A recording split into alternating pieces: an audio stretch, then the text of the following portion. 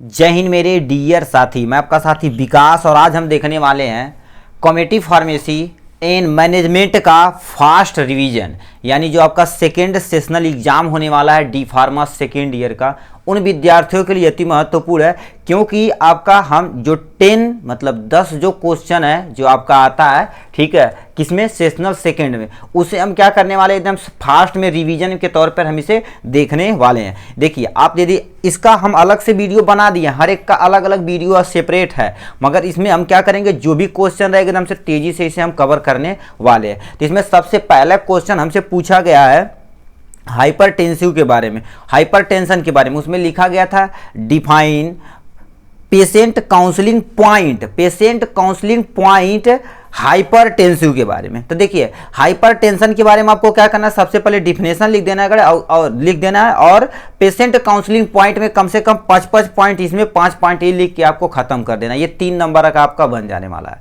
ठीक है। तो लिखा है hypertensive is not a disease, मतलब ये तरह से देखा जाए डिजीज नहीं है। पहले वर्ड समझते हैं हाइपरटेंसिव क्या होता है। हाइपर मतलब ज्यादा, टेंशन मतलब आपको जैसे मान लेते हैं आपका नंबर ब्लैक लिस्ट में पड़ जाए, ठीक है, या आप रिचार्ज कर दिए, शॉपिंग वॉपिंग करा दिए, आपका पत्ता कट दिया, दूसरे के साथ घूमे तो दिक्कत हो सकती है, ठीक है। तो यानी उसमें टेंशन बढ़ जाती है, ठीक है। तो यहाँ पर अब ज्यादा हो जाएगी तो उसी को हाइपरटेंशन बोलते हैं। Hypertension not a disease but important risk factor for organ damage, मतलब ये क्या होता है, कभी कभी ये हाइपरटेंशन ज्यादा हो जाता है जिससे आपका बहुत सारे आर्गन डैमेज हो जाते हैं।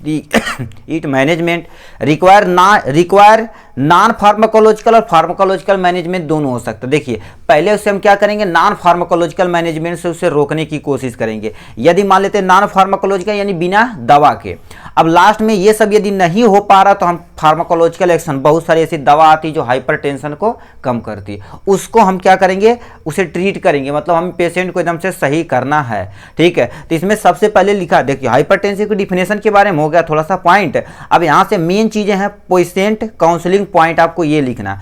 नॉन फार्माकोलॉजिकल मैनेजमेंट में सबसे पहले देखा जाता है आपको क्या, console the patient weight loss, मतलब उसे हम कहेंगे प्लीज आपसे अनुरोध है आप अपना वेट को क्या करिए, लॉस करिए। देखिए हाइपरटेंशन जो ज्यादा मोटे व्यक्ति होते हैं उन्हीं को होता है, तो वेट लॉस उन्हें करने के लिए बोलेंगे। रेगुलर एक्सरसाइज मतलब कहेंगे हम प्रॉपर आप क्या करिए, योगा करिए, रनिंग करिए, थोड़ा सा पुशअप वगैरह, उठक बैठक ये सब आप करिए एक्सरसाइज में। डिक्रीज द NaCl इंटेक, मतलब उनसे बोलेंगे नमक यानी जो साल्ट की मात्रा होती है उनसे बोलेंगे क्या होगा, उनकी मात्रा कम कर दे। जैसे नहीं होते कितने लोग खाना खाते हैं, खाने के जब बन जाता है ना तो उस पर भुरभुरा के ऊपर उस खाएंगे, है कि नहीं, तो वो सब क्या करेंगे, प्लीज उनसे बोलेंगे अवॉइड ये करना है आपको, ठीक है। नेक्स्ट लिखा है अवॉइड सैचुरेटेड फैट और ऑयल, मतलब जो भी सैचुरेटेड फैट और ऑयल है, जैसे आप चाट चाउमीन फुल्की वगैरह खाते हैं ना, तो देखेंगे तेल ये कई बार डाल देता था, जब तक पूरी पार्टी नहीं खत्म हो जाती या जब तक चौराहे पर पूरा तेल नहीं खत्म हो जाता कढ़ाई में, तब तक करिया हो जाएगा, तब भी उसे में छौंकते रहेंगे, मतलब छानते रहेंगे, ठीक। तो उसे आपको क्या कर देना, थोड़ा सा अवॉइड करना है, ठीक है। अवॉइड स्मोकिंग एंड एल्कोहल, बोल देंगे सुट्टा जो आप मार रहे हैं, सिगरेट जो पी रहे हैं, बीड़ी पी रहे हैं, ठीक है, तो उसे आप अवॉइड करिएगा, ठीक है। यदि ज़्यादा मन कर रहा है तो हम लोग जब छोटे रहते थे ऐसे कागज़ को ऐसे रोल कर देते थे, उसके बाद कौला उला जहाँ बही जाती है तो वहाँ रख के उड़ाते थे, थोड़ा बहुत ये कर सकते हैं मगर ये सब नहीं करना चाहिए। अवॉइड स्मोकिंग यानी अल्कोहल को क्या कर देना, आपको अवॉइड करना। प्रॉपर मेजर बीपी यानी बीपी को आपको क्या कर देना, जो भी ब्लड प्रेशर रहेगा प्रॉपर मैनेज करेंगे। यदि ज़्यादा हो जाता है बीपी तब भी क्या हो जाता है, आर्गन डैमेज होगा, उससे आपकी डेथ हो सकती है। तो ये सब हो गया नॉन फार्माकोलॉजिकल मैनेजमेंट के अंतर्गत। फार्माकोलॉजिकल मैनेजमेट के अंतर्गत बहुत सारे ऐसे क्या होते हैं, ये सब चीज़ आते हैं, डायूरिटिक आते हैं, बीटा ब्लॉकर आते हैं, AC इनहिबिटर आते हैं, अल्फा ब्लॉकर आते हैं, कैल्शियम चैनल ब्लॉकर आते हैं। यदि आपको एग्जाम्पल याद है फार्माकोलॉजी से, ठीक है, या फार्माकोथेरापेटिक्स से, तो एक एक लिख सकते हैं, नहीं तो आपको देखिए कम्युनिटी फार्मेसी में केवल इतना ही दिया हुआ है। मतलब उन्हें क्या करना है, सबसे पहले डायूरेटिक देंगे। डायूरेटिक क्या होता है, ये हमारे यूरिन के फ्लो को क्या कर देगा, तेज कर देगा, जिससे जो भी ब्लड प्रेशर रहेगा वो क्या हो जाएगा, कम हो जाएगा, जिससे हाइपरटेंशन कम हो सकता। बीटा ब्लॉकर ऐसे मेडिसिन होती है जो हमारे बीटा सेल होते हैं उसे ब्लॉक कर देंगे, ठीक है।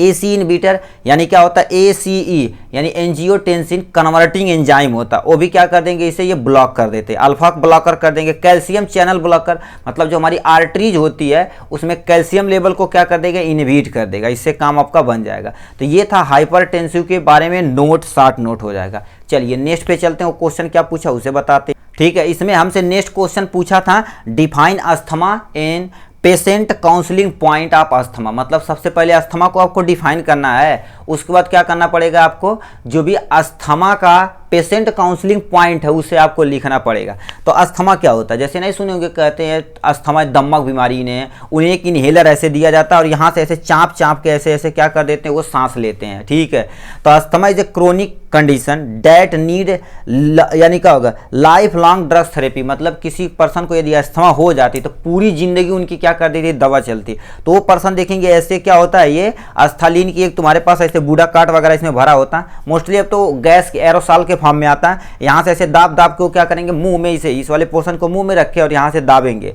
ठीक है, जिससे वो अपना काम कर लेंगे।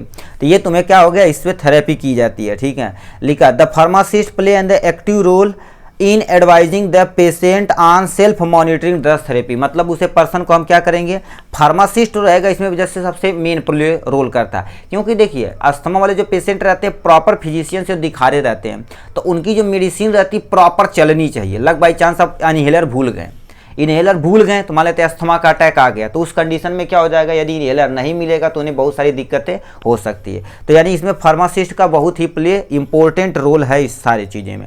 अब जैसे पेशेंट काउंसलिंग पॉइंट में नॉन फार्माकोलॉजिकल में क्या क्या आ जाते हैं, एवॉइड एलर्जन। एलर्जन से उन्हें क्या कर देना, अवॉइड करना। ऐसी जगह नहीं जाना जहाँ पर बहुत सारे धूल धक्कड़ रहे हैं, उससे आप क्या करना है, अवॉइड करना। ठीक, नेक्स्ट लिखा अवॉइड स्मोकिंग, बोल देंगे उनसे प्लीज आप स्मोकिंग वगैरह ना करिए, इससे हो सकता है। Patient cooperate with the pharmacist in manage, यानी मैनेजमेंट ऑफ अस्थमा। मतलब जो भी पेशेंट है फार्मासिस्ट का मेन रोल है उन्हें मैनेजमेंट करें, मतलब कोऑपरेट करें, मतलब बतलाएं कि भाई आपको अस्थमा हुआ है तो आपको एलर्जन वाली चीज़ों से थोड़ा सा दूर रहिए। जैसे धूल हो गया, धूल धक्कड़ से दूर रहिए। ठीक है, धुआं से दूर रहिए। यदि बहुत ज़्यादा ठंडी पड़ती है तो आप क्या करेंगे, देखिए ठंडी पड़ेगी तो कोलेस्ट्रॉल लेवल हमारे अंदर इंक्रीज होगा। ठीक है, जिससे क्या हो जाएगा, जो ब्लड का फ्लो रहेगा उसमें दिक्कत हो सकती है। अस्थमा को पेशेंट को हम इस सब सारी चीज़ें बताएंगे फार्मासिस्ट के द्वारा, एक पेशेंट को बताना है, अवॉइड उन्हें करना। लिखा travel and one place to another place. ठीक है, डोज इनहेलर और ड्राई पाउडर इनहेलर। मतलब क्या कर देना, यदि वो पेशेंट एक जगह से दूसरी जगह यात्रा करता है तो उससे अनुरोध कहेंगे कि आप इनहेलर जो आपका है, ठीक है, इनहेलर आप हमेशा हमेशा क्या करिए, उसे कैरी करिए। लग बाई चांस आपको बस में ही क्या हो गया, अस्थमा का अटैक आ गया, तो ऐसा थोड़ी ना चलो अच्छा बस घुमाओ चलो घर, तब तक घर पे घुमाते घुमाते तब तक क्या हो जाएगी, दूसरी व्यवस्था हो जाएगी। ठीक है, तो उनसे बोलेंगे कि इनहेलर क्या करेंगे आप प्रॉपर लेकर चलने चाहिए। ठीक है, तो ये होगा नॉन फार्माकोलॉजिकल मैनेजमेंट के अंतर्गत।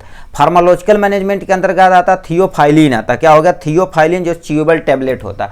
थियोफाइलिन एक च्यूबल टैबलेट होता, उसे मुंह में आराम आराम से लोग चुबलाते हैं। ठीक है, अब उसे क्या करते चुबलाएंगे, जिससे हमारा क्या हो जाएगा, अस्थमा मतलब जो हमारी रिस्पायरेटरी ट्रैक रहेगी वो थोड़ा सा मैनेज। जैसे आप को 20 वाली टॉफी नहीं खाते तो हमारा ये वाला रीजन गला वाला रीजन देखकर ठंडा हो जाता, सेम टू सेम ये हो गया। एंटीकोलिनर्जिक ड्रग्स दे देंगे, यानी कॉर्टी, ठीक है, कॉर्टिकोस्टेरॉइड दे देंगे। कॉर्टिकोस्टेरॉइड दे देंगे, बहुत सारे इनहेलर आते हैं उन्हें भी हम क्या करेंगे, प्रोवाइड कराएंगे, जिससे आपका काम हो जाएगा। मतलब ये सारी सब ड्रग, ये सब दवा का नाम है। ठीक है, जिससे आप क्या कर सकते हैं, अस्थमा के पेशेंट को मैनेज कर सकते हैं। तो ये था किसके बारे में, अस्थमा के बारे में। आप तो आशा करते हैं इसे समझ में आओगे। नेक्स्ट क्वेश्चन हमसे पूछा टीबी के बारे में, उसमें क्या लिखा रखा था, लिखना था patient counselling point for TB. मतलब टीबी के लिए तुम्हें क्या करना पड़ेगा, जो भी पेशेंट रहेगा उनसे काउंसलिंग कैसे की जाएगी इसके बारे में आपको बताना पड़ेगा। टीबी क्या होती है, टीबी देखा जाए तो एक तुम्हारे पास क्या होती है, एक हमारे पास क्या होता है माइकोबैक्टीरियम। ठीक है, बैक्टीरियम माइकोबैक्टीरियम ट्यूबरकुलोसिस होता है। क्या होता है, ट्यूबरकुलोसिस होता है। क्या होता है, माइक्रोबैक्टीरियम ट्यूबरकुलोसिस एक तरह का बैक्टीरिया होता है जो टीबी काजेज करता है। ठीक है, मेनली देखा जाए ये लंग्स को इफेक्ट करता है। देखिए हड्डी वगैरह में भी, ब्लड में भी हो सकता है, हड्डी में भी हो सकता है, ऐसा नहीं केवल लंग्स में ही होगा, ऐसा नहीं। ठीक, मगर मोस्टली देखा जाए तो लंग्स के अंदर ये माइक्रोबैक्टीरियम ट्यूबरकुलोसिस कॉजेज करता है, जैसे शॉर्ट में हम क्या बोलते हैं, MTB बोलते हैं। क्या बोलते हैं, MTB, माइक्रोबैक्टीरियम ट्यूबरकुलोसिस बोलते हैं। तो इसके बारे में पहले सुन लेते हैं। ठीक है, तो लिखेंगे ट्यूबरकुलोसिस का कॉजेटिव एजेंट माइक्रोबैक्टीरियम ट्यूबरकुलोसिस, एक पॉइंट आप बना देंगे। टीबी जो primary seen in the lungs, मतलब मोस्टली देखा जाए टीबी जो होता है लंग्स वाले रीजन पे देखने को मिलता है। ठीक है, पेशेंट काउंसलिंग फॉर, यानी पेशेंट काउंसलिंग पॉइंट में हमने क्या लिखना है, फार्माकोलॉजिकल और नॉन फार्माकोलॉजिकल दोनों लिखना। फार्माकोलॉजिकल के अंतर्गत आता है क्या, to stay at home isolation room, मतलब उस पर्सन को बोलेंगे यदि टीबी हो गई है तो उन्हें एक रूम के अंदर सेपरेट कर देंगे, आइसोलेशन में डाल देंगे, ठीक है। उनसे बोलेंगे आपको इधर उधर घूमना नहीं है, आइसोलेशन रूम में डाल देंगे। Should wear mask while going to outside यानी पब्लिक प्लेस, बोलेंगे उनसे यदि आप पब्लिक प्लेस पे जाते हैं, पब्लिक प्लेस मतलब क्या होता है, ऐसी जगह जाते हैं जहां पर थोड़ा भीड़ भाड़ रहा है, तो उनसे बोलेंगे क्या, आप क्या करिए, किसका प्रयोग करिए, मास्क का प्रयोग करिए। किसके, या 95 मास्क होते हैं, बहुत सारे मास्क होते हैं जिससे आप क्या कर सकते हैं, खुद भी प्रिवेंट हो सकते हैं और जनता जो भी उससे भी यानी जो डिजीज टीबी है उससे सेपरेट करने से आप बचा सकते हैं।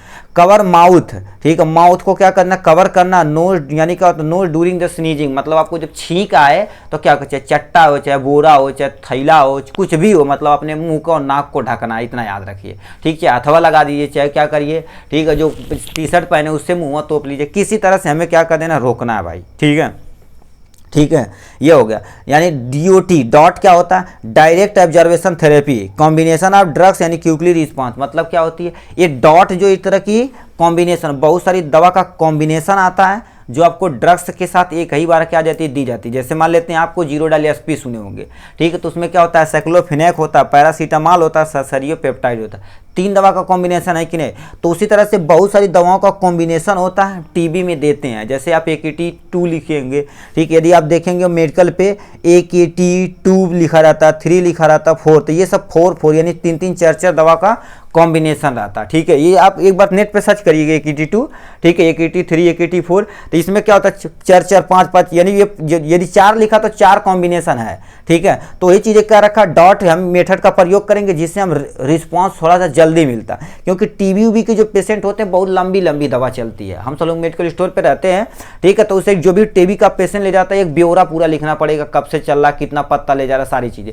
वो एक डाटा हमें किसको दी जाती है, सरकार को मिल जाती कि इतनी टीबी के हमारे पेशेंट हैं, ठीक है। ये हो गया इसके बारे में। प्रॉपर क्लिनिकल टेस्ट हम क्या करेंगे, यदि प्रॉपर रूप से मतलब देखा जाए तो मोस्टली बार बार हमें क्या करना पड़ेगा, उसे टेस्ट कराना पड़ेगा उस पर्सन को, ठीक। तो ये तुम्हारे पास क्या होगा, नॉन फार्माकोलॉजिकल मैनेजमेंट के अंतर्गत आ जाएगा। फार्माकोलॉजिकल मैनेजमेंट क्या आ जाएगा, प्रॉपर एक्सरे केयर, यानी मोस्टली चेस्ट क्या किया जाता है, क्यों, हमारे तो चेस्ट में म्यूकस लेयर का ज़्यादा भर गया और यानी माइक्रोबैक्टीरियम ट्यूबरकुलोसिस की लेयर बना ली, वो भी म्यूकस की थिक लेयर बना लीजिए, मोटी लेयर बना, जिससे सांस नहीं ले पाएंगे। यदि सांस लेंगे तो गैस का एक्सचेंज नहीं होगा, जिससे दिक्कतें हो सकती हैं, ठीक है। आइसोनियाजाइड, आइसोनियाजाइड एक तरह का मेडिसिन होता है जो यानी कि इसमें टीबी में चलाई जाती है। रिफाम यानी क्या होता है, रिफामीन होता है, ठीक है, रिफाम्पिन होता है, ये सबसे ज़्यादा ड्रग्स यूज की जाने वाली में से एक है, ठीक है। इथमाब्यूटान, ये सब देखिए इस सब का कॉम्बिनेशन होता है, इसी से कॉम्बिनेशन से AKT4, AKT2, AKT3 ऐसे बहुत सारी चीज़ चलाते हैं, ठीक है, ठीक तक 5 तक आ गया इस समय, ठीक है। तो ये हो जाएगा किसके, नॉन फार्माकोलॉजिकल मैनेजमेंट के अंतर्गत हो गया, ठीक। चलिए नेक्स्ट क्वेश्चन पे चलते हैं। देखिए COPD के बारे में भी हमसे पूछा था, उसमें कहा था patient counselling point for COPD। COPD के बारे में आपको क्या कर देना पड़ेगा, डिफाइन करना पड़ेगा। C से क्रोनिक, O से एब्स्ट्रक्टिव, P से पल्मोनरी, D से डिजीज, मतलब ऐसा डिजीज जो हमारी पल्मोनरी डिजीज, मतलब जो लंग्स वाली डिजीज है उससे पल्मोनरी मतलब लंग्स होता है, ठीक है। उसमें क्या होती है, उसमें जो कोई भी रुकावट होती है उसे हम COPD बोलते हैं। तो COPD देखा जाए प्रोग्रेसिव एग्री यानी एयर वेव, मतलब जो हवा हमारा जाता है ना उसके अंदर कोई डिसऑर्डर हो जाता है उसे हम क्या बोलते हैं, COPD बोलते हैं। देखिए ये आपका क्या हो गया, लंग्स वाला रीजन, मान लेते हैं यहाँ नोज से क्या हो गया आपका एयर जा रहा, तो इसके एयर पाथ मतलब ये जो पाथवे होता है, ठीक है, इसके अंदर तुम्हारे पास कहीं भी कोई दिक्कत होती है उसे हम क्या बोलते हैं, क्रोनिक ऑब्स्ट्रक्टिव पल्मोनरी डिजीज बोलते हैं, ठीक है। ये हो गया इनके बारे में, प्लीज़ ये आप याद रखिएगा, ये वाले पोर्शन ये आपका फार्माकोथेरापेटिक्स में, और इसमें भी 3 नंबर का पूछा जाएगा एग्जाम में एज इट इज।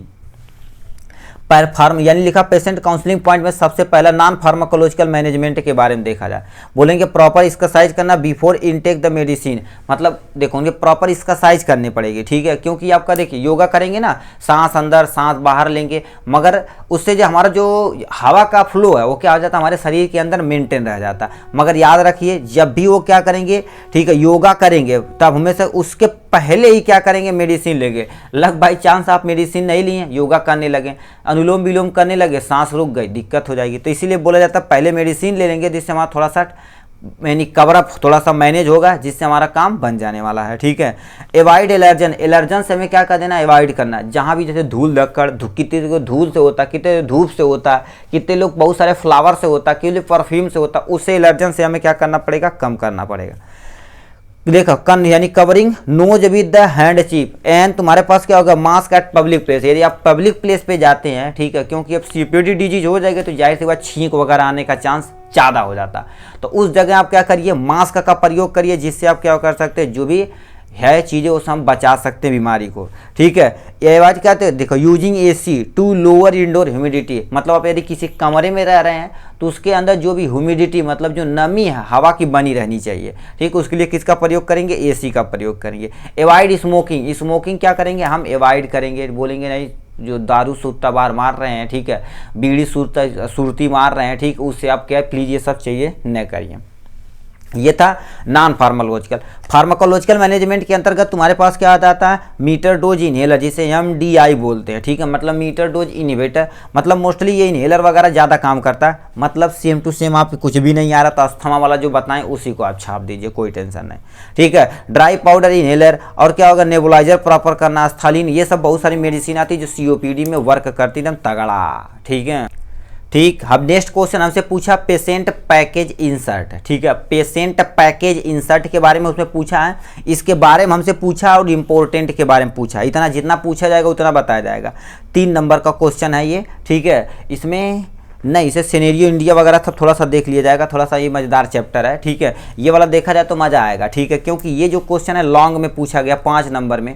ठीक है, तो पहले समझते हैं पेशेंट पैकेज इंसर्ट क्या होता है, इसके बारे में समझते हैं। देखिए, आप यदि कोई दवा लेते हैं तो उसमें पर्ची निकलती है ना, जो अच्छी क्वालिटी की यदि ड्रग्स रहती है, दवा रहती है, तो उसमें पर्ची बहुत सारी निकलती है। उस पर्ची में ये किस कंपनी से है, कंपनी का नाम, बैच नंबर, मैन्युफैक्चर डेट, क्या क्या इसमें इंग्रेडिएंट पड़ा, मतलब जो भी मेडिसिन है किस चीज़ से बनी है, कितना अमाउंट में यूज की गई है, ठीक है, और किस बैच से बनी है, कहाँ पर बनी है, इसकी कंपनी कितनी है, सब कुछ एक डिटेल में रहता। उसी को हम पेशेंट पैकेज इंसर्ट बोलते हैं। अब तो समझ गए होंगे इसके बारे में। जैसे आप डाबर लाल दत्तमंजन का छोटा सा लिए होंगे तो उसमें देखेंगे बहुत सारी ऐसे पर्ची आती है, ऐसे पर्ची आती है ना, उसी पर्ची को हम क्या बोलते हैं, पेशेंट पैकेज इंसर्ट, जिसे हम शॉर्ट में PPI बोलते हैं। अब इनके बारे में पढ़ते हैं। देखिए, patient package insert is a FDA approval, मतलब क्या होता है, एक FDA अप्रूवल होता है। ठीक है, ये फॉर्म वो लीफलेट बना होता है, बुकलेट डेट है द एसेंशियल ड्रग्स इन्फॉर्मेशन, मतलब जो भी आप दवा खरीद रहे हैं, ठीक है, जो भी आप दवा खरीद रहे हैं उसकी पूरी A to Z इन्फॉर्मेशन, मतलब कैसे वर्क करेगा, वर्क करने के बाद तुम्हारे पास क्या होगा, क्या डिसऑर्डर यानी बैकअप क्या हो सकता है। ठीक है, यदि आप कोई मान लेते हैं कोई ऐसा दवा वो ली है जो आप PPI वाली जो दवा बनी है, ठीक है, अब उसमें बहुत उसका पता है कि कौन सा केमिकल है, तो आपको बहुत सारी दिक्कतें हो सकती हैं। इसीलिए क्या हो जाता है, पेशेंट पैकेज इंसर्ट में सारी इन्फॉर्मेशन लिख दी जाती है। जैसे ड्रग्स का डोज लिख दिया जाता है, ड्रग्स का यूज लिख दिया जाता है, अदर यानी क्या होता है ओवरडोज, यदि ज़्यादा ओवरडोज हो जाएगा तो तुम्हारा टॉक्सिक नेचर का हो जाएगा, टॉक्सिक नेचर से बचने के लिए क्या करना, ये सारी चीज़ें। कंटामिनेशन, कंट्राइंडिकेशन, मतलब किसे आप प्रयोग नहीं कर सकते, निषेध जिसे बोला जाता है, क्या बोला जाता है, इसे निषेध बोला जाता है। क्या बोला जाता है, निषेध। निषेध मतलब किसे आप ये मेडिसिन प्रयोग नहीं कर सकते, वो सब पर्चे में लिखा रहता है। स्टोरेज कंडीशन, यानी किस कंडीशन में स्टोरेज करना, फ्रिज के अंदर या फ्रिज के बाहर, ये सारी चीज़ें। ठीक है, यानी एडवर्स इफेक्ट, मतलब उसके बाद मान लेते हैं यदि कोई ये मेडिसिन ले लिए तो क्या क्या इफेक्ट इनके शरीर पर पड़ सकता, उसे तुम्हें बताना पड़ेगा। लिखा ड्यूरेशन ऑफ मेडिसिन, मतलब कितने दिन तक आप ये मेडिसिन को ले सकते हैं। जैसे एंटीबायोटिक वगैरह लिखा रहता है ऑलरेडी मेडिसिन पे कि आपको कम से कम क्या कर देना, 5 दिन लेना, ज़्यादा दिन तक हमें ये एंटीबायोटिक नहीं ले सकते।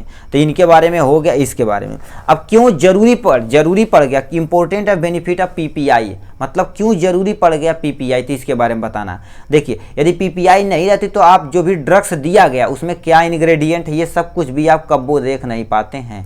जैसे मान लेते हैं फॉर एग्जांपल हमारे पास, देखिए क्या होगा, एक हमारे पास एक देखा जाए, ठीक है, आपको दिखा देते हैं। जैसे देखिए, ये हमारे पास एक तरह का केमिकल है, केमिकल मतलब ये 500 ग्राम है, ये तरह का फंगीसाइड है। तो इसमें देखिए एक लीफलेट दी रहती है, देखिए ये तो लीफलेट है ही है, इसके डिब्बे के अंदर भी क्या होती है, ऐसे बहुत सारी चीज़ें। देखो इसमें क्या इंग्रेडिएंट मिलाया गया है, जैसे ये देखा जाए सिस्टमिक तथा कंट्रोल फंगीसाइड होती है। ठीक, अब इसमें क्या केमिकल मिलाया गया, सारी चीज़ देखो, इन्फॉर्मेशन लिखी गई कि नहीं।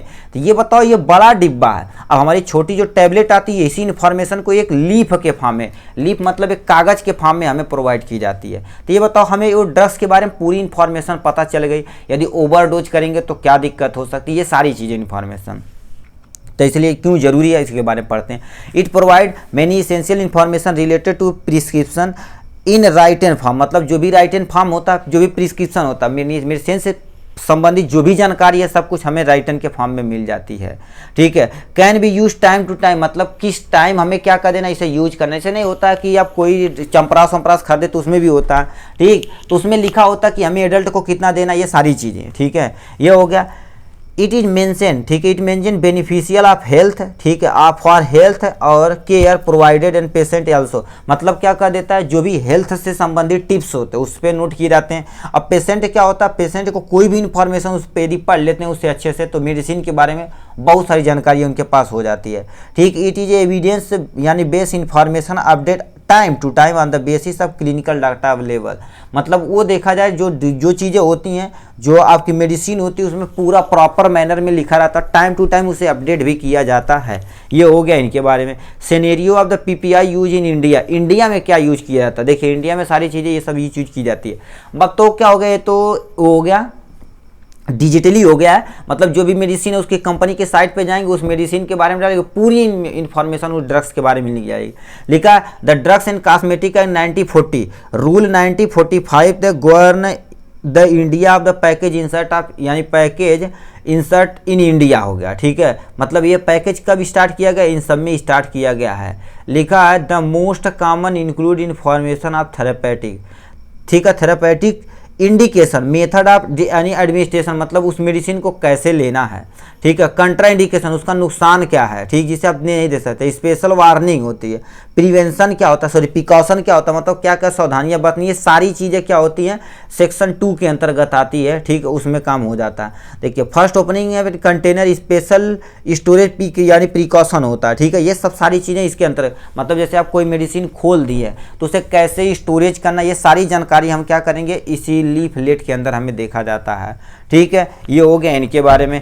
प्रोविजन देखा जाए तो देखिए थर्माकोलिकल यानी क्या लिखा है, थेरेपेटिक इंडिकेशन, डोज हो गया, इस सब कुछ उसी में लिखा रहता भाई। ठीक है, ये सब पूरी चीज़ें।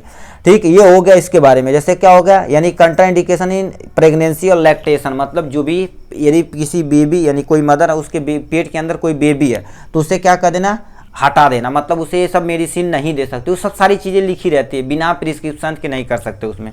ठीक है, मूव इफेक्टिव तथा टाइम टू टाइम इसे करेक्शन किया जाता है, मतलब ज़्यादा इफेक्टिव है। ठीक है, इसे टाइम टू टाइम करेक्शन किया जाता है। Mostly computerize in English language में, मतलब बहुत सारी ऐसी कंट्री होती है जैसे यूएस, चाइना, इंडिया, अब सब में क्या कर देती है, ये सब कंप्यूटराइज हो गए, मतलब कंप्यूटर पे आप जो भी मेडिसिन है उसका नाम डालेंगे, सारी इन्फॉर्मेशन भरने से आपके सामने है। ऐसे बहुत सारे ऐप भी हैं जो पूरा डिटेल में समझा देते हैं आपको। ठीक है, ये हो गया इनके बारे में।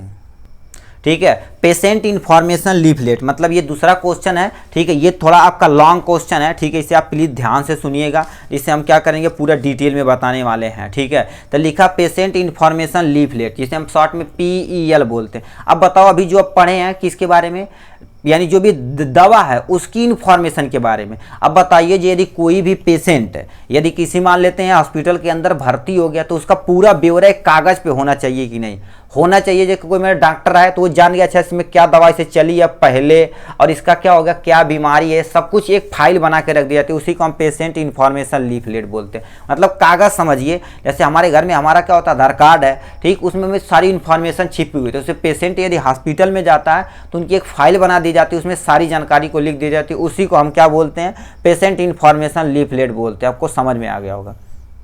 इसमें पहला देखा जाए तो तुम्हारे पास क्या लिखा है, patient information leaflet in written document design the particular यानी पोटेंशियल, ठीक है, यानी क्या लिखा, पोटेंशियल क्लिनिकल ट्रायल सब्जेक्ट, यानी देयर रिप्रेजेंटेटिव। कहने का मतलब क्या होता है, सबसे पहले देखा जाए पेशेंट इन्फॉर्मेशन लीफ राइटन के फॉर्म में होता है, लिखने के फॉर्म में होता है, डिजाइन किया जाता है एक पार्टिकुलर क्लिनिक के लिए। मतलब हॉस्पिटल कैसा है, अब वो अपना हॉस्पिटल खुद छपवाता है, ठीक है, कैसे करना है सारी चीज़ें, ठीक है। चाहे उसमें क्या कर देता है क्लिनिकल ट्रायल सब्जेक्ट, चाहे जो पेशेंट रहे उनके बारे में या पेशेंट के बारे में प्रेजेंट के रिप्रेजेंटेटिव, मतलब पेशेंट को लेकर साथ कौन आया, उन सब की क्या उन्हीं से पूछ के पूरा पेशेंट के ब्यौरा लिख दिया जाता है उस लीफ के अंतर्गत। ठीक है, PIL कंटेन करता all component of the clinical experiment that are the relevant to the subject involve, nature important और इम्प्लीकेशन एंड डैमेज। करने का मतलब क्या कर देता है, जो भी चीज़ें क्लिनिकल एक्सपेरिमेंट के समान आ जाती है वो सब कुछ सब्जेक्ट के बारे में आपको क्या, नेचर सब कुछ कैसा, मतलब देखिए उस पेशेंट का नेचर कैसा है, बिहेवियर कैसा है, इंपॉर्टेंट, एप्लीकेशन यानी डेंजर, हमारे लिए क्या खतरा हो सकता है, ये कोई डिजीज इसको है तो वो कौन सी डिजीज है, मान लेते ऐसी डिजीज है पता नहीं चले तो हम उस लीफलेट में लिखे रहेंगे तो कोई भी पेशेंट आएगा उसी के अनुसार उसे ट्रीट करेगा। मान लेते उसे हेपेटाइटिस हुआ तो ब्लड से दिक्कत है तो क्या करेगा, मास्क लगाएगा, और तुम्हारे पास ग्लव्स उसे डबल कर सकता हो जिससे वो बच सके। ठीक है, पीपी प्रोवाइड द इंफॉर्मेशन, यानी क्या होता है, मैन्युफैक्चरेशन यूजुअली फॉलो द यानी क्या होता है, standard template same type of the information each medicine. मतलब देखिए अब जो पेशेंट है, ठीक है, पेशेंट है कितनी मेडिसिन खा चुका है, ठीक है, हर एक मेडिसिन की पूरी ब्यौरा उसमें होनी चाहिए। ठीक है, main M of the PIL क्या होता है, ठीक, inform patient about the prescription medicine, मतलब जो भी मेडिसिन दिया जा रहा तो उस पेशेंट को, ठीक, उसे पूरा प्रिस्क्राइब के साथ दिया जाता तो उसी को यहाँ पर लिख देना।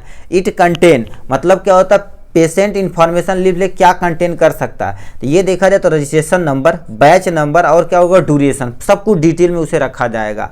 ठीक, अब उसमें क्या क्या चीज़ हो सकती है नीचे दे रखा। सबसे पहले यानी मेडिसिन आइडेंटिफिकेशन, मतलब जो भी मेडिसिन लिख रहा है वो फिजिशियन तो पूरा आइडेंटिफाई उसमें होना चाहिए एकदम बढ़िया से। ठीक, थेरापेटिक इंडिकेशन को आपको क्या कर देना, वहाँ से उसमें लिखा रहता है। ठीक है, information necessary before the taking medicine, मतलब क्या, यानी मेडिसिन लेने से पहले क्या काम करना, बाद कब करना है, ये सारी चीज़ें जानकारी, यानी दवा को कब लेनी है, सारी चीज़ जानकारी आपको दे देना उस लीफलेट के अंदर। ठीक है, डोज देखा जाए तो टाइम टेकिंग और रूट होता है। ठीक है, ये थोड़ा टाइम टेकिंग होता है, किस रूट के द्वारा दिया जाएगा, ये सब सारी चीज़ जानकारी आपको किसके अंदर मिल जाएगी, जो भी आपका पोर्शन रहेगा, ठीक है, उसके बारे में दे रखी है। यानी देखा डिस्क्रिप्शन द साइड इफेक्ट, मतलब इसके साइड इफेक्ट क्या हुआ है। ठीक है, यदि आपको देखो लीफलेट रख दिया जाएगा तो अच्छा उनसे पूछा जाएगा, अच्छा ये मेडिसिन आप पहले चला तो इससे साइड इफेक्ट हो रहा तो मेडिसिन को अवॉइड किया जाएगा, वो सारी इन्फॉर्मेशन में उस पर लिखना पड़ेगा हमें, ये हो जाएगा। ठीक है, एडिशन इन्फॉर्मेशन से रजिस्ट्रेशन नंबर, मैन्युफैक्चर नेम वगैरह सब कुछ डिटेल में। यूज क्या होता है, PIL with information about NSAID, मतलब non steroidal anti inflammatory drugs के बारे में, यानी बीटा क्या होता है, एड्रीनो रिसेप्टर, ये सब सारी एंटागोनिस्टिक, ये सब जो होती है उसके बारे में इंफॉर्मेशन लिखी रहती है। मेंटेन द मेडिसिन यानी मेडिकल हिस्ट्री, मतलब जो भी पेशेंट है उसकी मेडिकल हिस्ट्री पिछले की क्या, वो सबको क्या कर देता है, इसमें लिखा रहेगा। Information collect disease related information, disease related information क्या करेगा, सब कुछ इंफॉर्मेशन उस कागज के अंदर होनी चाहिए। ठीक है, पास्ट हिस्ट्री ऑफ डिजीज, मतलब कोई भी डिजीज आपको हो गया तो उसकी पास्ट हिस्ट्री, कितने दिन से हुआ है, कितने दिन से आप दवा खा रहे हैं, ये सारी चीज जानकारी उसमें होनी चाहिए। ठीक है, मेडिकल लाइन पोर्शन, मतलब मेडिकल लाइन मतलब जो भी ड्रग्स आप ले रखे हैं वो सब कुछ उसमें लिखा होना चाहिए। तो ये हो जाएगा किसके बारे में, पेशेंट इन्फॉर्मेशन लीफलेट के बारे में। नेक्स्ट पे चलते हैं। ठीक है, अब नेक्स्ट पे चलने से पहले क्या कर देते हैं, आपको यहाँ से बता देते हैं। आपको देखिए लिखा एक अधरेंस और नॉन अधरेंस वाले। ठीक है, यहाँ से आपको पोर्शन, ये भी आपको क्वेश्चन पूछा गया। मेडिकल अधरेंस क्या होता है, इसके बारे में आप थोड़ा सा प्लीज पढ़ लीजिएगा। ठीक है, देखिए हम यहाँ से आप स्क्रीनशॉट ले सकते हैं इसके बारे में। ठीक है, ये हो जाएगा इनके बारे में कौन कौन से फैक्टर है नॉन अधरेंस के। ठीक है, अब अधरेंस के बारे में हम थोड़ा सा आपको बता देना चाहते हैं। ठीक, इसे हम थोड़ा सा पढ़ लेते हैं। ठीक है, देखा जाए तो देखिए नॉन अधरेंस क्या होता है, सबसे पहले मेडिकल अधरेंस क्या होता है इसके बारे में आपको समझ आते हैं। ठीक है, लिखा है लिखा है medication patient adherence means of the correct follow the medical, यानी क्या होता है एडवाइस बाय द पेशेंट, मतलब क्या कहते हैं। सबसे पहले अधरेंस हम निकाल लेते हैं, दूसरा चैप्टर है भाई पेशेंट काउंसलिंग 134 पृष्ठ संख्या। ठीक है, ठीक, अभी देखिए हम आपको बता देते हैं। लिखिए ने लिखा मेडिकल अधरेंस, मेडिकल अधरेंस मतलब मेडिकल मतलब दवा, अधरेंस मतलब पालन करना। जो भी फिजिशियन या कोई फार्मासिस्ट पेशेंट को, ठीक है, पेशेंट को दवा को कैसे लेना है उसका पालन कराने के लिए एक नियम बनाया गया, उसी को हम क्या बोलते हैं, मेडिकल अधरेंस बोला जाता है। ठीक है, दवा का पालन करने के लिए। अधरेंस क्या होता है सुनिए, अधरेंस, ठीक है, अधरेंस में also refer to use of surgery appliances, मतलब जो भी सर्जरी अप्लियंस रहते हैं, जैसे तुम्हारे पास क्या होगी, स्टॉकिंग कैसे करना है, क्रोनिक वार्ड केयर कैसे करना है, सेल्फ डायरेक्टेड कैसे करना है, फिजियोथेरेपी इसका साइज कैसे करना है, ये सब डिटेल मेडिकल अधेरेंस के अंतर्गत रखी जाती है। अब इसी में लिख रखा नॉन मेडिकल नॉन अधेरेंस क्या होता है। अब इसी का जस्ट उल्टा कर दो, यानी नॉन अधेरेंस या नॉन क्या देखा compliance is failure of the patient to the यानी ओबे यानी इंस्ट्रक्शन, मतलब जो भी आप इंस्ट्रक्शन दे रहे हो वो सब फेल हो जाए तो उसी को नॉन अधेरेंस बोलते हैं। फॉर एडवाइस यानी क्या adverse administering the medication as the direct as the thus resulting the lower response the treatment then the expected. मतलब देखिए यदि आप पालन करेंगे तो आपको बेनिफिट मिलेगा, लक बाई चांस आप पालन नहीं कर रहे हैं तो आपको क्या करेगा, जो भी ट्रीटमेंट दिया जा रहा है आपको प्रॉपर अमाउंट में क्या करेगा, जो भी फायदा होना चाहिए वो चीज़ें होने वाली नहीं, लोअर रिस्पांस उसका करेगा। भाई काट क्यों दिए, लोअर रिस्पांस करेगा, ठीक है। जैसे ट्रीटमेंट जितना इस एस्पेक्ट किया था यार एक हफ्ते के अंदर ठीक हो जाएगा, यदि दवा का अनुपालन नहीं करता है, जो भी चीज़ दी जाती है उसे अनुपालन नहीं करता तो हमारे एस्पेक्ट से ज़्यादा दिन तक उसे मेडिसिन खानी पड़ेगी, ठीक है। The term non appliance is associated with the patient avoid the administration, मतलब एडमिनिस्ट्रेशन रहता है, मतलब जो भी एडवाइस किया गया मेडिसिन उसे वो सही से नहीं ले रहा। आप प्रिस्क्रिप्शन यानी प्रिस्क्राइब ड्रग्स और फॉलोइंग कॉजेज ऑफ थेरेपी, मतलब जो भी थेरेपी उन्हें दी जा रही है वो सही से पालन नहीं कर रहे हैं, उसी को हम नॉन अधेरेंस बोला जाता है। कौन कौन से ऐसे फैक्टर हैं जो इसे इफेक्ट कर सकते हैं, ठीक। तो सबसे पहले लिखा factor health care system related यानी फैक्टर, मतलब हेल्थ केयर सिस्टम पे ही बहुत सारी दुविधाएं हैं उसके बारे में, ठीक है। तो इसमें तुम्हारे पास आता है अकॉर्डिंग टू मार्क यूज, ठीक है। Mark use all patient are discharged from hospital not educated properly non adherence occurs, मतलब क्या होता है, यदि देखिए आप कोई पेशेंट है आपके हॉस्पिटल में भर्ती है, यदि आप उसे छुट्टी दे रहे हैं तो प्रॉपर अमाउंट में, यदि आप डिस्चार्ज करें तो प्रॉपर अमाउंट में आप उसे, ठीक है, उसे एजुकेट नहीं कर रहे कि दवा कैसे लेनी है, कैसे काम करना है, आपको कैसे क्या अवॉइड करना, खाने में क्या अवॉइड करना, ये सब कुछ उसके यदि नहीं रहेगी तो समझ लो health care system related factor है, मतलब आपकी जानकारी है, ठीक है, आप ही की क्या हो गई गलती है, ठीक है। अब लिखा अकॉर्डिंग टू सेल यानी क्या होगा सेलमन लॉक ऑफ यानी एग्री यानी क्या होता है एग्रीमेंट, ठीक है, agreement between hospital discharge and patient hospital medication regiment, मतलब कहने का मतलब क्या होता है, जैसे इनके अनुसार देखा जाए, इनके अनुसार देखा गया तो इसमें क्या इन्होंने बताया, जो भी हम डिस्चार्ज करते हैं हॉस्पिटल से तो पेशेंट को हम सही से एजुकेट नहीं कर पाते तो हमारा नॉन अधेरेंस का खतरा बढ़ जाता है, ठीक है, जिसे वो दवा का सही से पालन नहीं कर पाते हैं, ठीक है। अब यहाँ से अकॉर्डिंग टू सेल यानी क्या होगा सेलमन, इनके कहने का मतलब क्या होता है, हॉस्पिटल से यदि कोई पेशेंट डिस्चार्ज होता है तो उनकी पोस्ट हिस्ट्री को क्या कर देते देखी जाती है और वो बोला जाता है भाई ऐसे ऐसे मेडिसिन को खिलाना। अब उससे पर्सन जो भी पर्सन है एग्री नहीं है तब भी क्या हो गई, ये हेल्थ केयर सिस्टम की गलती है। पेशेंट रिलेटेड फैक्टर, मतलब पेशेंट ही थोड़ा सा औचट टाइप में है ना, कितने लोग होते हैं कहते हैं यार मर्द तो यार दवाई वही खरीदे थोड़ी ना होला, अभी चिरैता पिए बुखार उखार बढ़िया हो जाए, होते हैं ना, तो उनकी गलती है। जैसे तुम्हारे पास क्या होगा यंगर एज के हैं तो उन्हें यदि समझाएंगे, ठीक है, तो दिक्कत हो सकती है। यदि एजुकेटेड पर्सन है तो समझा सकते हैं, थोड़ा सा लो भी एजुकेटेड है अनपढ़ भी आदमी यदि समझाएंगे अच्छे से ना, फार्मासिस्ट यदि बढ़िया है, डॉक्टर बढ़िया, तो आपको क्या करेंगे, यदि अच्छे से एकदम अच्छे से समझा दिए तो समझ लो आधा बीमारी वहीं खत्म हो जाएगी, ठीक है। Patient is not taking the disease seriously, मतलब जो भी पेशेंट है सीरियस नहीं, भाई मध्य बुखार भइल बाबा जाते थी पूरी सब्जी रौदम मनाई हो जाइए, ठीक है। अब कहेंगे जन मानते लूज मोशन हो गया, भाई मध्य अब्बा चलते पनीर पूरी पिटाई हो बाद पेट और फिटी आ जाए, ठीक है। लॉक ऑफ सिम्टम यानी सिम्टम उसे सही से पेशेंट को सही से सिम्टम उसे अब सीरियस लेवल नहीं कर रहा, ठीक है। Patient forget of the take medicine, मतलब बोल दी भाई सुबह शाम ले मारे चला बिहान खा ले परसों खा ले, चला 2 दिन नहीं खा कोनो टेंशन है परसों खा ले, तो सब बताओ उसकी गलती है। He has the mental problem, माने तो कोई पेशेंट मेंटली प्रॉब्लम है तो ये सब पेशेंट की क्या हो गई फैक्ट गलतियां जिससे नॉन अधेरेंस का चांस बढ़ सकता है, ठीक है। नॉन देखो ड्रग्स रिलेटेड फैक्टर, मतलब जो भी ड्रग्स दे रहे हो वो सही से काम नहीं। टू मच एडवर्स इफेक्ट, मतलब वो देखो जो मेडिसिन आप दिए मान लो 4-5 दिए उसमें से कोई एक ऐसी सटीक दवा है जो उस पर वर्क कर रही है, मगर एक ऐसी दवा है जो क्या कर रही है उसका अपोजिट काम करे, साइड इफेक्ट ज़्यादा दिखा रही, तो देखो जो खाया है, ठीक है, खाया तो कहेगा यार बहुत खराब मेडिसिन है, मतलब उसमें से एक ऐसी दवा थी जो खराब थी, उसके लिए एडवर्स मतलब अपोजिट काम करे, 3 दवा सही थी, ठीक है, बट वो क्या करेगा छोड़ देगा, तो इसकी ड्रग्स की ही गलती है, ठीक। Cost of the drugs of the poor person do not afford the drug, मतलब अब देखिए अब दवा बहुत ज्यादा महंगी रहेगी तो पुअर आदमी नहीं खरीद पाएगा, तो ये दवा की गलती हो जाएगी, इसके अंतर्गत हो जाएगा, ठीक है। और तुमसे क्या दे रखा है इसके बारे में यहाँ से सुन लेते हैं।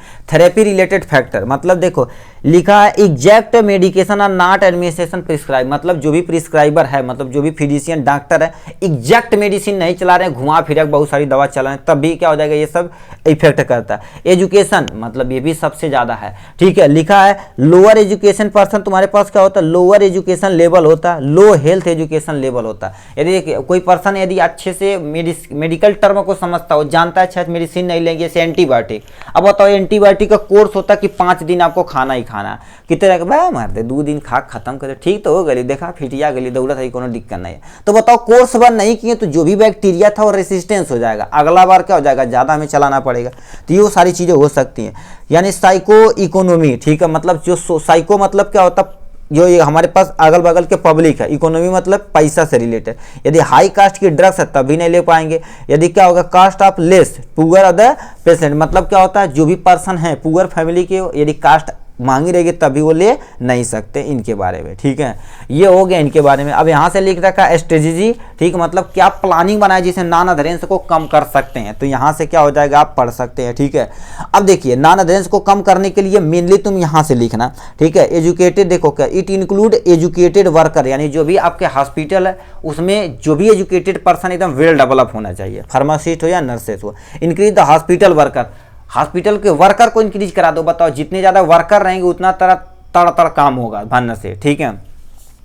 Cheap and best medicine should be prescribe, मतलब जो भी आपके फिजिशियन है उनसे अनुरोध करिए कि जो भी पर्सन है, ठीक है, अकॉर्डिंग देखा जाए तो आपको चीप मतलब थोड़ा सस्ती दिखा दवाई लिखें और मोर इफेक्टिव हो, ठीक है। पिक्टोग्राम का प्रयोग करें, मतलब पिक्चर बना दें, ठीक है। जैसे मान लेते हैं आपको, देखिए ऐसे मान लेते हैं, देखिए यहाँ पर लिख दिए मॉर्निंग एंड इवनिंग, तो आपको क्या करिए, एक गोली सुबह एक गोली शाम, यहाँ पर हिंदी में लिख दीजिए शाम, और यहाँ से क्या हो जाएगा सुबह, ऐसे आपको खाना हिंदी में आप लिख दीजिए। तो ये पिक्टोग्राम, ये मतलब वो समझ जाएगा कि एक गोली खाना। अब एक गोली ऐसे बना देंगे, आधा गोली खाना तो ऐसे कर देंगे, मतलब आधा गोली आपको क्या कर देंगे इनटेक, ऐसे बहुत सारा आइडिया बना सकते हैं पिक्चर से।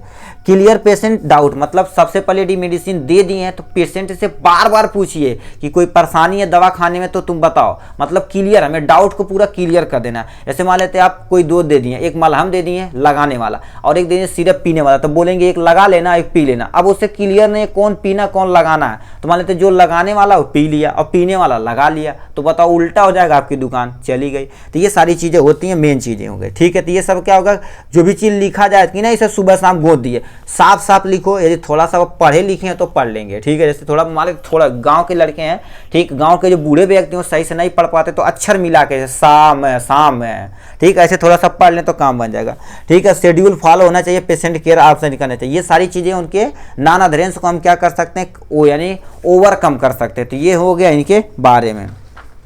सामने यहाँ से नेक्स्ट क्वेश्चन हमसे ये भी तुम्हारे 5 नंबर पे पूछा है, हेल्थ स्क्रीनिंग कम्युनिटी के बारे में पूछा। हेल्थ स्क्रीनिंग कम्युनिटी के बारे में पूछा, इसे आप ध्यान से सुन लीजिए। देखिए health screening service in community pharmacy, health screening समझते हो कि नहीं। जैसे आप बस वस में देखे होंगे पीछे बहुत सारा डाइजीन का, जालिम रोशन का परेशान किया जाता है, ठीक है। दांत खाज खुजली की एक मशहूर दवा जिसे हम जालिम रोशन बोलते हैं, ठीक। बहुत सारे ऐसे जो तुम्हारे पास सेक्सुअल ट्रांसमिटेड जैसे कंडोम हो गया, उसका भी प्रयोग यानी क्या होता है, उपयोग किया जाता है। आपको स्क्रीनिंग पे बस उस पे चिपका दिया जाता है, बड़े बड़े होल्डर पे लगा दिया जाता है। उसी से हमें क्या करना है, लोगों को एजुकेट करना, वही चीजें हो गया। Health screening service in community pharmacy, तो इसके कैसे लिखना, सबसे पहले इंट्रोडक्शन ले लेते हैं। लिखा screening describe the use of rapid test in examine to of the prescriptive होता है, इसलिए identify people with of the unorganized disease so the see the promote, ठीक है, promote treat and the mode of stop the disease form of the progressive. कहने का मतलब क्या कर रहा है, ध्यान से सुनिए, इतनी बड़ी कहानी छोड़िए। सबसे पहले क्या करना है, जो भी मेडिसिन है, ठीक है, सॉरी जो भी आपकी बीमारी है उसको हम क्या करेंगे, थोड़ा सा स्क्रीनिंग पे दिखाएंगे। स्क्रीनिंग मतलब बड़े बड़े पोस्टर पे हम लोगों को लगा देंगे कि ये डिजीज ऐसे होती है, उसके प्रिकॉशन कैसे उसे बचा जा सका, उसे पूरा डिटेल में समझा देंगे। जैसे टीबी है तो बोल देंगे लोगों के पास यदि जाइए तो मास्क का प्रयोग करिए, जो थोड़ा देर तक खांस रहा है उससे थोड़ा सा दूर रहिए। यदि मान लेते 1 महीना से हफ्ते 10 से 15 दिन से बाद यदि खांसी हो जाए तो उसे आप तुरंत क्या करिए, हॉस्पिटल में पूरा चेकअप कराइए। ठीक है। नेक्स्ट लिखा हेल्थ स्क्रीनिंग सर्विस, तो यानी define as a service provide by the health care professional general public और पेशेंट को, लोगों को जागरूक करना। अब देखिए इसमें पहले तुम्हारे पास आता है blood sugar measurement using of glucometer, मतलब लोगों को समझाना है कि यदि आप शुगर लेवल आपके शरीर में यदि ज़्यादा हो जाएगा तो ये परेशानियां हो सकती हैं। इसके लिए चेक करने के लिए ग्लूकोमीटर आता है, जिससे आप चेक कर सकते हैं ग्लूकोज लेवल आपके शरीर के अंदर कितना है। ठीक है। ब्लड प्रेशर को मेजर करने के लिए कितने लोग होते हैं कहते हैं यार हमारा चक्कर आ रहा, तो मतलब उसके अंदर चाहे बीपी घटी होगी या बढ़ी होगी, दिक्कत है कि नहीं, तो हम उसे क्या करेंगे स्फाइग्नोमाइनोमीटर के द्वारा क्या कर देंगे, उनका बीपी को मेजर कर लेंगे। ठीक है। तो उसके लिए अब देखिए एडिंग लगा देंगे। ठीक है। एक आदमी है तो उस पर बैठा हुआ तो स्फाइग्नोमीटर से उसके बीपी चेक कर रहा, तो ये बताओ ऐड के तौर पर दिखाएंगे लोगों को, थोड़ा सा एक्टिव लगेगा। ठीक है। तो वही चीजें बोल रहा है यहाँ से। ठीक। Developing country this therapy are the essential part of the as well as educated the people pharmacist nurses. और देखिए भाई जो भी डेवलपिंग कंट्री है फार्मासिस्ट और नर्सेज जा के लोगों को जागरूक करते हैं। ठीक है। अब तो स्कूल में जाकर लोगों को जागरूक करते हैं। जैसे मान लेते हैं अभी एक पैडमैन मूवी आई थी, तो हम सब लोग इस कॉलेज में गया था। ठीक है। वो कन्या विद्यालय मंदिर है। ठीक है। तो उसमें बहुत सारी क्या गायनोलॉजिस्ट आई थी, अच्छी डॉक्टर भी आई थी, तो सब जो भी लेडीज़ थी मतलब लड़कियां थी तो लड़कियां की परेशानियां पूछती थी। ठीक। यानी पीरियड के दौरान क्या क्या समस्या हो सकती है। ठीक है। ये सब कुछ उन्हें क्या करती थी, वो जो भी आई थी हमारी कौन, ठीक है, गायनोलॉजिस्ट आए, तो उसे अच्छे से उन्होंने क्या कहा तो एकदम से डिटेल में समझा दिया था एकदम बढ़िया से। ठीक है भाई की हो रही है। ठीक है। चलिए कोई दिक्कत नहीं, आप मैनेज यहाँ से कर लेंगे। ठीक है भाई। ठीक है। तो ये हो गया पूरा चीज़ हम वहाँ पर। अब ये सब सारी चीज़ें यानी उनके क्या करना, डाइट, ये जो भी फार्मासिस्ट स्टाफ रहेंगे ट्रेन होने चाहिए, स्क्रीनिंग लेवल पे प्रोवाइड करना चाहिए। ठीक है। लाइफ स्टाइल चेंज करवाना चाहिए, डाइट चेंज करवाना चाहिए, इसका साइज प्रॉपर करवाना चाहिए। जैसे मान लीजिए डिजीज के अकॉर्डिंग, ऐसा नहीं कि मान लेते हार्ट पेशेंट है तुम कर दो 1.5-2 घंटा उठा बैठा कर, हार्ट बीट बढ़ेगी मर जाएगा, दिक्कत हो सकती है। ठीक है। स्कोप यहाँ से, अब स्कोप में तुम्हें क्या हो गया, ये सब सारी चीज़ें लिखने के बाद ये वाला फ्लो चार्ट आप बना देंगे। ठीक है। लिखा 3 स्टेप मेथड, स्क्रीनिंग, कम्युनिकेशन और यानी एल्गोरिदम हो जाएगा। ठीक है भाई सीधा होले काहे बेइज्जती करवा रहा। ठीक है। तो ये हेल्थ रिस्क नहीं, ब्लड प्रेशर यानी ग्लूकोज लेवल, और तुम्हारे पास क्या हो गया ओपियोइड यानी यूज डिसऑर्डर हो जाएगा। ठीक है। और यानी मेंटल हेल्थ हो जाएगा, और ये तुम्हारे पास क्या हो जाएगा कोलेस्ट्रॉल। तो ये सब आप क्या कर देंगे, इसी को आपको क्या कर देना एकदम अच्छे से बना देना है। भाई क्या कर रहे हैं यार। ठीक है। तो आपको क्या हो जाएगा, इस पर आप मैनेज कर सकते हैं एकदम अच्छे से। ठीक है। देखो यार बेइज्जती करा। ठीक है। तो यहाँ तक जाने के बाद आपका पूरा ये चैप्टर के क्या हो जाएगी एंडिंग है। तो हमने क्या करिए जो अति महत्वपूर्ण क्वेश्चन था उसे हमने डिटेल में कवर कर लिया है। चलिए आज के लिए बस इतना ही, फिर मिलेंगे नेक्स्ट वीडियो में नेक्स्ट टॉपिक के साथ। तब तक के लिए bye bye and take care.